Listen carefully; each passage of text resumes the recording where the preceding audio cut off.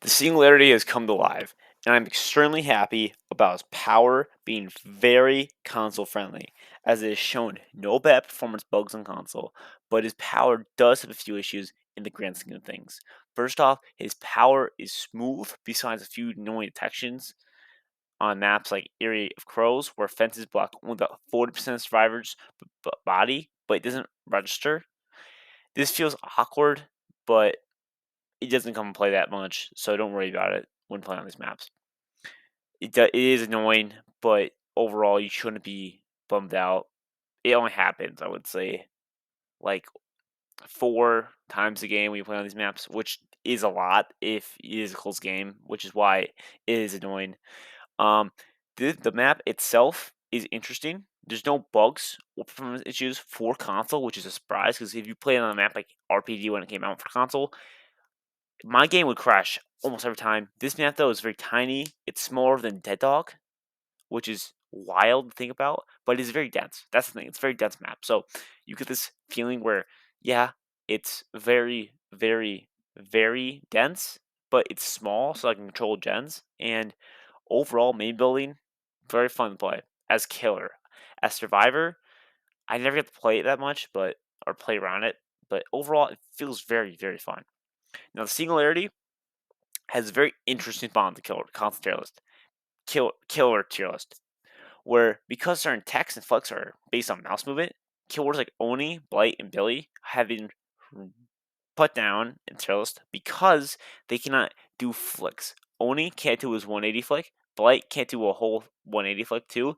You need add-ons for that to even get close to a 90-degree flick. And Billy's really pretty rough. You can't really turn on Billy on console. It's kind of ass. Um, and this is why the console tier list looks a little weird. My old console tier list is inaccurate, but I'm making a new one, and that new one is based on how good the killer is.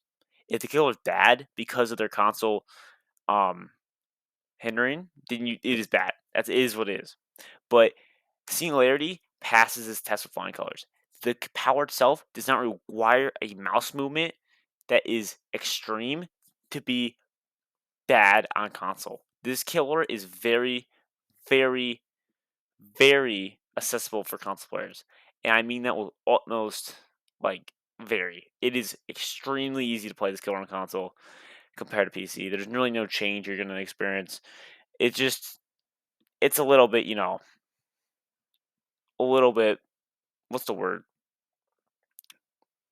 Annoying because frame rate issues, but besides that, there's nothing that crazy about playing this game on a console. It's just like it's obviously you're playing consoles but different, but nothing crazy.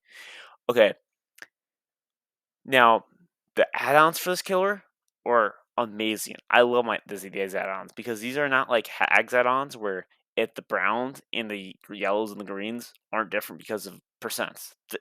Each add-on is different. There's no add-on that increases recharge rate.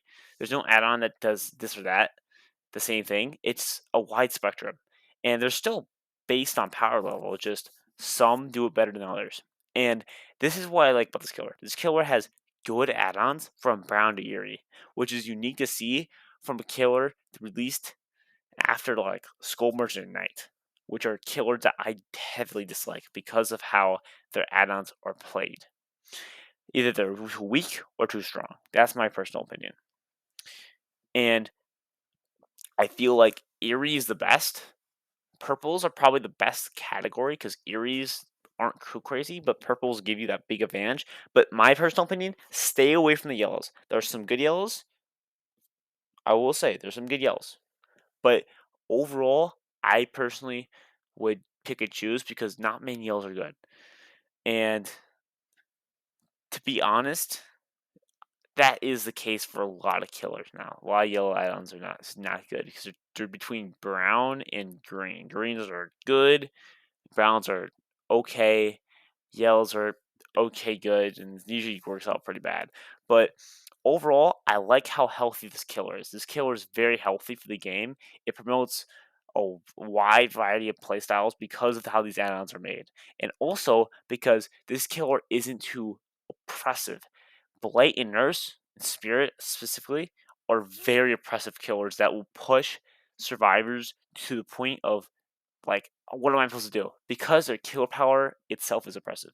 This killer has map control and a good killer power that can be, or good chase power that can be countered via EMPs. Now, EMPs have issues because EMPs can be accessed a little too easily, but I feel like if you can just make it a little bit harder to access, you can make this killer very, very balanced. Similar to Demogorgon and Wesker, but overall, I like him a lot. And to be honest, Singularity on my constant tier list, which I'm making, I think in like probably a week, I'm gonna play every single killer a few times, like probably like 10 times each. And I'm just gonna get used to each killer, and I'm just gonna try to narrow down what killers are good, which are bad, and at least for console, because I'm not gonna play killers like fucking Hag. Hag, the console is nothing. That I don't want to play fucking Hag. It's boring as shit.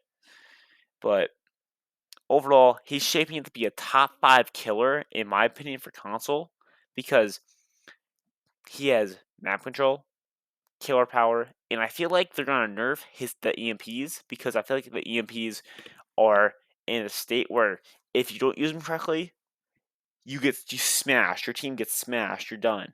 But if you use them perfectly and good, you beat the shit out of the Singularity, and they can't really do anything about it because they don't really have power.